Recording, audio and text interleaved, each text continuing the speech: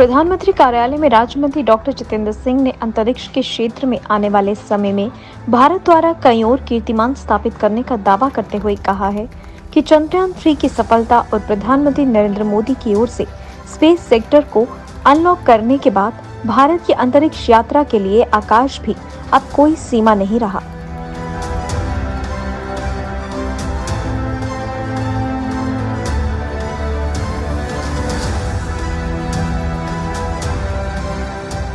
Doctor Jitendra Singh शनिवार को 2047 में विकसित भारत विषय पर सेंट्रल यूनिवर्सिटी ऑफ जम्मू में चंद्रयान-3 पर आयोजित कैंपस डायलॉग के उद्घाटन कार्यक्रम को संबोधित कर रहे थे।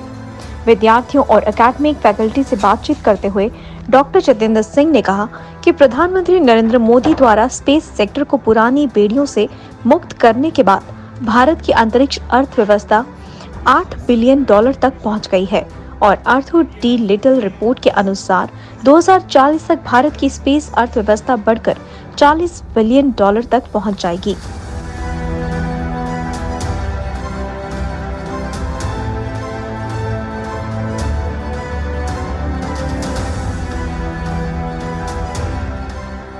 G20 शिखर सम्मेलन और चंद्रयान-3 मिशन के सफल आयोजन पर डॉक्टर जितेंद्र सिंह ने कहा कि भारत आज संयुक्त राज्य अमेरिका जैसे देशों के बराबर है, जिन्होंने हमसे दशकों पहले अपनी अंतरिक्ष यात्रा शुरू की थी। डॉक्टर जितेंद्र सिंह ने इस मौके पर बताया कि भारत सरकार ने उच्च शिक्षा संस्थानों में स्पेस टेक्नोलॉजी टीचिंग सेंटर्स खोलने का फैसला लिया है। इस दिशा में सेंट्रल यूनिवर्सिटी ऑफ जम्मू में इसरो टीचिंग सेंटर स्थापित किया गया है। इसी तरह का सेंटर नॉर्थ ईस्ट में अगरतला में भी स्थापित किया गया है। इस उद्घाटन कार्यक्रम के दौरान professor Sanjeev Jain, vice chancellor central university of Jammu और professor BN Tripathi, vice chancellor स्कॉस जम्मू ने भी संबोधित किया।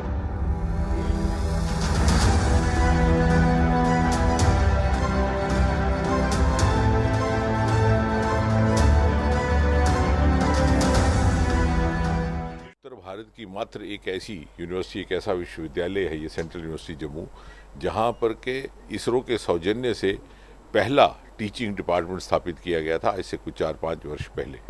इससे पहले अधिकतर स्पेस टेक्नोलॉजी के सीधे सीधे इसरो के अधीन जितने भी विभाग हैं अधिकतर दक्षिण भारत के प्रदेशों में थे।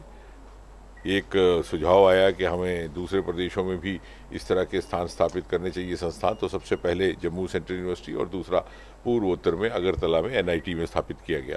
और आज भारत इस स्थिति में है कि भले ही हमारी अंतरिक्ष यात्रा दूसरे देशों की तुलना में देर से प्रारंभ हुई थी, लेकिन आज वो हमसे बहुत सारे विषयों पर हमसे सीख, हमसे क्यूज लेते हैं। भले ही उनका मानव पहले उतरा हो चांद की धरती पर, लेकिन ये चंद्रयान था जो चांद की धरती पर जल होने का प्रमाण लेकर के आया H2O मॉलिक्यूल्स के रूप में। और ये पहली बार जो चंद्रयान-3 सदर्न पोल पर उतरा है, जो एक तरह का वर्जिन एरिया है, वहाँ से आने वाली इनपुट्स भी सबके लिए उपलब्ध करवाई जा रही। और एक नई सूचना ये कि 21 तारीख को इसी मास में हम पहला टेस्ट व्हीकल फ्लाइट करेंगे गगनयान का। उसके बाद 1-2 और टेस्ट व्हीकल फ्लाइट होंगे, फिर एक फर्स्ट नॉन ह्यूमन फ्लाइट, फिर एक रोबो फ्लाइट और अंततः एक ह्यूमन फ्लाइट। भारत का बनाया हुआ इंडिजिनस, भले ही भारतवासी जो सबसे पहले भारतीय मूल के व्यक्ति राकेश शर्मा थे, परंतु वो मिशन सोवियत यूनियन का था। और उस सब का एक इकोसिस्टम का वातावरण बना है जो मुझे लगता है उत्साहवर्धक रहेगा युवाओं के लिए। और उसी इकोसिस्टम का हिस्सा मुझे खुशी है कहते हुए कि आज सेंट्रल यूनिवर्सिटी जम्मू भी बन चुकी है।